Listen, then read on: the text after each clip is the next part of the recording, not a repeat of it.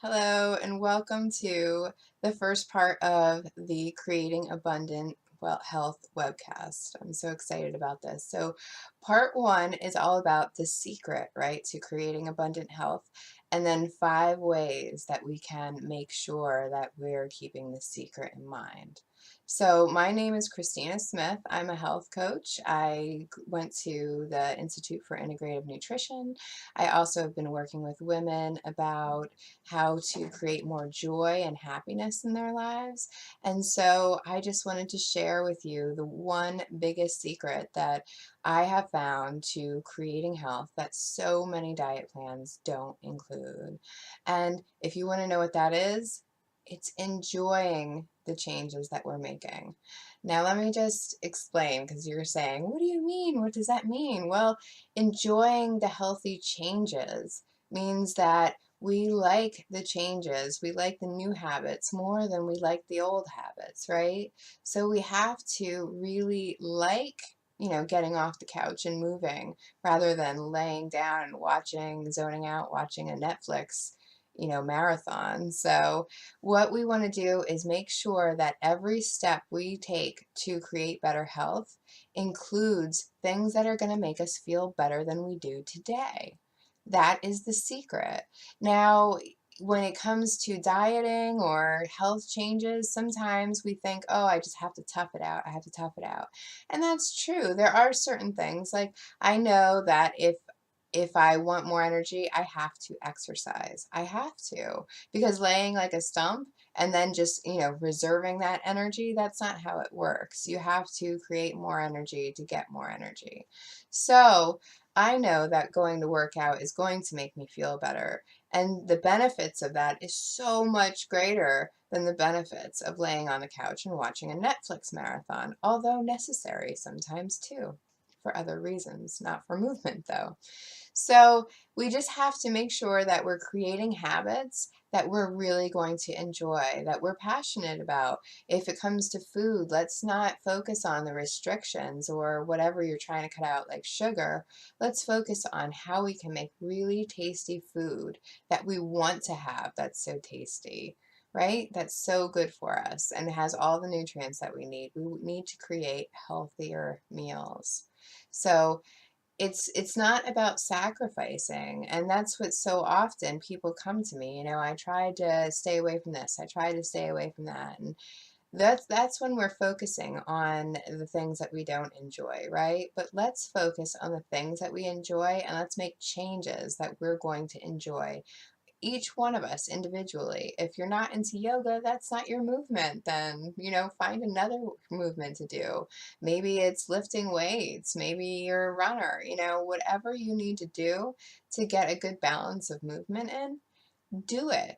Maybe it's dancing, maybe it's swimming, however you need to do it, whatever feels good to you. So let me tell you, the secret is to feel good. So we're making changes that make us feel really good, that feel authentic to us, and that we're going to enjoy. So let's talk about the 5 ways that resolutions sometimes get kicked to the curb. Okay, some of the biggest things that I've learned, and I've also run a 21-day challenge, which is much different from a lot of, like, it's not a diet plan, it's just to challenge yourself to do a new habit for 21 days to see if, one, you enjoy it, and two, how you can get around those blocks that stop you from doing it. So if your challenge is to go to the gym every day for 21 days, then you learn how to get over that lack of motivation to go, right? You learn how to prepare yourself ahead of time.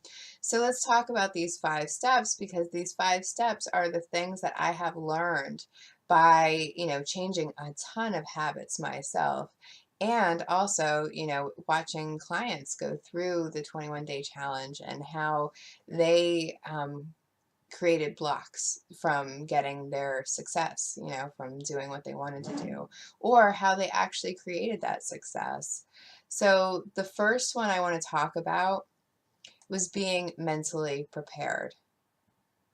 Let me talk about that again. Being mentally prepared. How many people do we know make New Year's resolutions, and maybe it's ourselves, and we just forget about it. I mean, the great thing about New Year's is it's right after Christmas or the December holidays, whichever one you decide to participate in. But it's right after the holidays. And so everybody's like, oh, that's a good time to start resolutions. And it's the first of the year. So, great, I'll make a resolution. But then they forget about it until January 1st. And they have the best intentions then of, going to the gym or eating healthier or quitting smoking, whatever it is. However, they haven't mentally prepared themselves to actually accomplish this goal. So by mentally prepare, I mean, if you're going to be eating healthier, start now. Start with adding healthier meals in every week, just little by little. I'm not saying that you have to change your entire diet plan. Just say 2 nights this week, I want to make sure that I find healthier recipes that I can create for my family. That's it. And then what happens is over time, you find the recipes that work for you, that everybody finds tasty or easy to put together, all of those things that we're looking for, right? And then you'll have some good old standbys to cook at the last minute. So that's one way of being mentally prepared. Another way is if you're going to be going to the gym, start doing, some workouts now. Figure out what kind of workouts you really like to do, what makes you feel good. Remember, we want to go back to that, what makes me feel good. So start now and just start mentally preparing yourself for, working out more. It all takes some mental effort. You have to get past the mental blocks before you can start actually getting the work done. So whatever your mental blocks are, start looking at them and start preparing.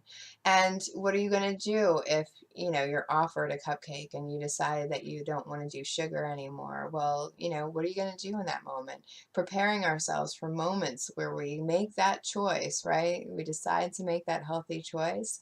Preparation for those moments makes a big deal. So write down 10 things that, you'll do in those instances when I'm getting a sugar craving or when I don't feel like going to work out or, whatever your thing is, or when I'm tempted to have a cigarette. Whatever your habit is that you're trying to break, make sure that you're mentally preparing yourself by coming up with lists of things that you can do instead, or, mental mantras, whatever you need to get through that moment. So that's one way to mentally prepare.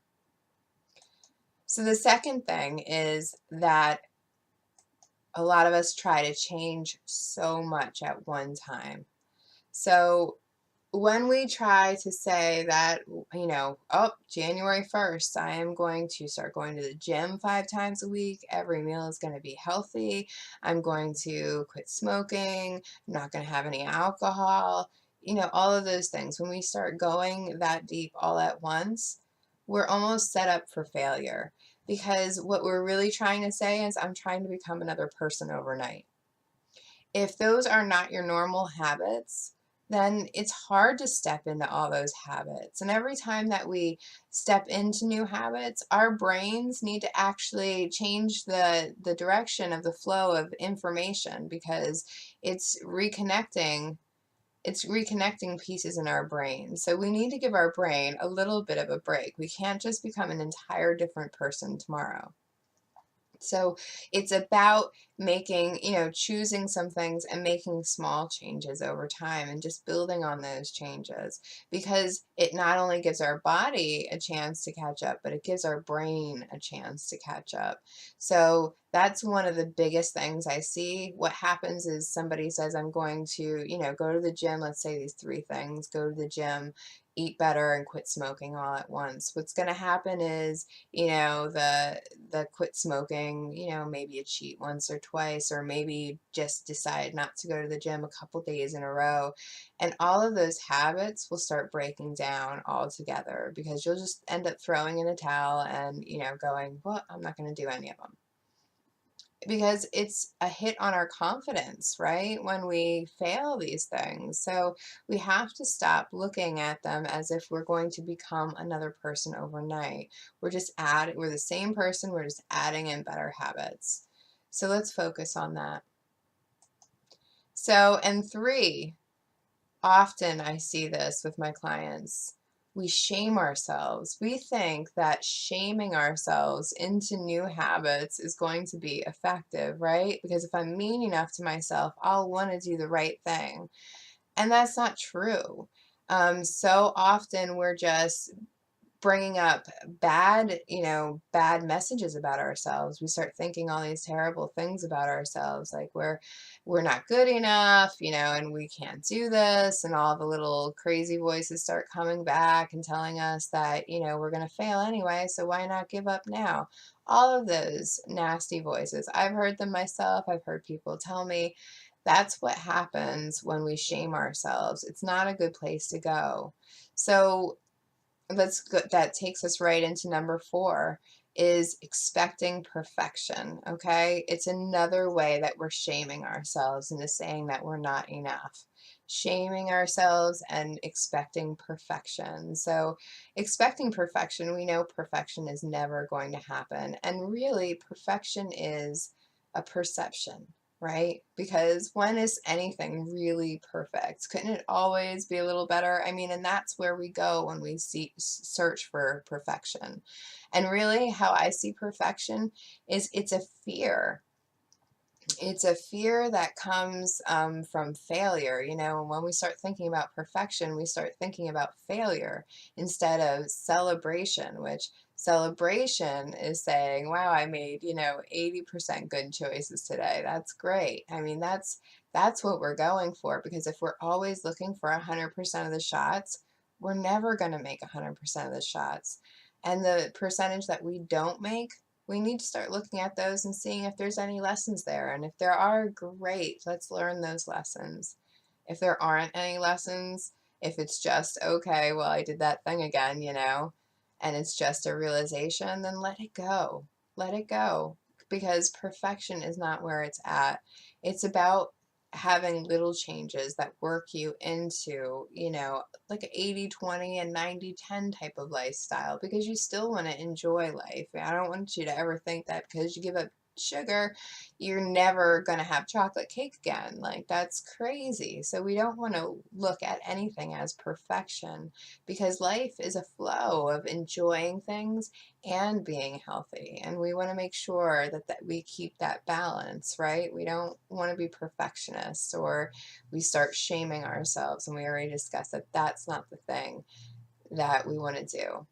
Another thing that we can do to battle the shame and the perfectionism is to start having more self-compassion, remembering that we're all human. We all, there's a reason why you want those things that aren't good for you.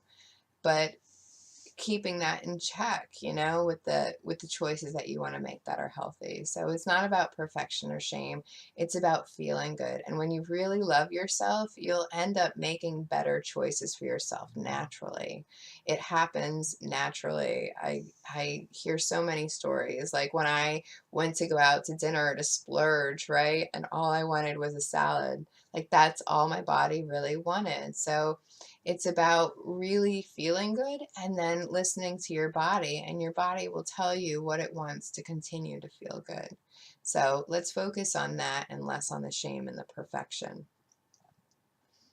And then the last one that I really see a whole lot of people that kind of flub up on is we do habits that we think we should do. And I'm not a big fan of the should word to begin with, because that's like telling us that we're doing it wrong, or, if we were perfect, we would do it this way. And that's not what health is about. Remember, it's about feeling good. So just because your best friend Betsy does yoga 4 times a week and she finds a whole lot of benefit out of it, and she finds the meditation and the peace and the all of that great, and you're just like, what is she talking about? But I guess I should go because it helps her feel good. No, we're all individual. We all need to make sure that we're making changes that feel good to us, that feel authentic to us. So if that's not your thing, but like BMX bike riding is, then go get a BMX and go do some bike riding. I mean, you have to do things that feel good, that are getting to the same goal, right? You're all just trying to feel good, have more energy, maintain the weight that you want, right? All of those things, keep it clear level mind, and be able to be in a positive space or a peaceful space, all those things that we want, the joy. That all is coming when we do it in an authentic way, in a way that feels good to us. If we start doing things because other people tell us to, or it worked for, this person or that person, and it doesn't feel good to us, but we just keep doing it, that's not going to be a habit that's going to stick for a long time. And we want our habits to stick, because who wants to constantly do the New Year's resolution every year? I mean, I know people like this. I was a person like this, and it's painful. And it's, every year, I feel like every year that I tried over and over again and I failed, it was like I tried a little less the next year. So let's stop that momentum of wanting to give up, and let's start with a new momentum of just making small choices, being really happy and celebrating the good choices that we make for ourselves, and really learning the things that we want to know about ourselves, really learning about who we are, the things that we like, how we like to move, the foods that our body really wants to eat. This is all an exciting adventure. Okay, and here's the bonus step. No matter what kind of changes you're trying to make, getting support is the number one success story, okay? Everybody that I know that has lost weight, kept it off, and been really, really happy with their results, or people who have tried to get more energy, quit smoking, quit drinking, quit sugar, move more, all that really, really helps. And what I've seen to be the most successful is getting support, whether that be a health coach, or just getting a group support, or having a friend for accountability, or a mentor. Whatever it is, just make sure that you're being accountable with other people. Again, not to shame or show how we're being imperfect, but to celebrate the things that we're doing right. Start looking at the things that aren't working, and why they're not working. And just having somebody to be accountable for, because let's face it, we know that when we are accountable to someone else, for some reason, we often get that habit done more than if we're just accountable to ourselves. Because if we let it slip once with ourselves, then all of a sudden we're down that slippery slope where we're not checking in with ourselves about the habits that we want to do. If you have an accountability partner, or a health coach, or a group support, there's people that are checking in with you, and you have to look at that consistently over and over again. It is by far the most effective habit changer. So I really suggest that you go out and get yourself some really good support. And if you can't figure out how to do that, or you need some additional help and you really want a health coaching program but can't afford a regular health coaching program, then I want you to look at the Best Year Yet, because the Best Year Yet is a program I put together for 2016 so that people can rock their amazing health and their beautiful moxie and really get their goals done this year, have more joy, and make it the best year yet. So if you want to learn more about that, please come on over, because I am also giving out a little bonus until the middle of December. On December 12th, when the survey is done, so will this bonus. And with that bonus, what will happen is you'll get the Me First course ahead of time. So before we even start the group program in January and December, you'll learn how to make the best of you out of self-care, and why we do self-care. All really, really great lessons, and learning more about yourself, getting deeper into your own self-growth, and how you can launch yourself into a life that is even bigger than you're dreaming today. If you have any questions about the things that we talked about today, please feel free to email me or find me on Facebook, message me, however you want to. You can even schedule a time to do a 45-minute strategy session with me so that we can talk about your 2016, see how you can get to the goals that you're looking for.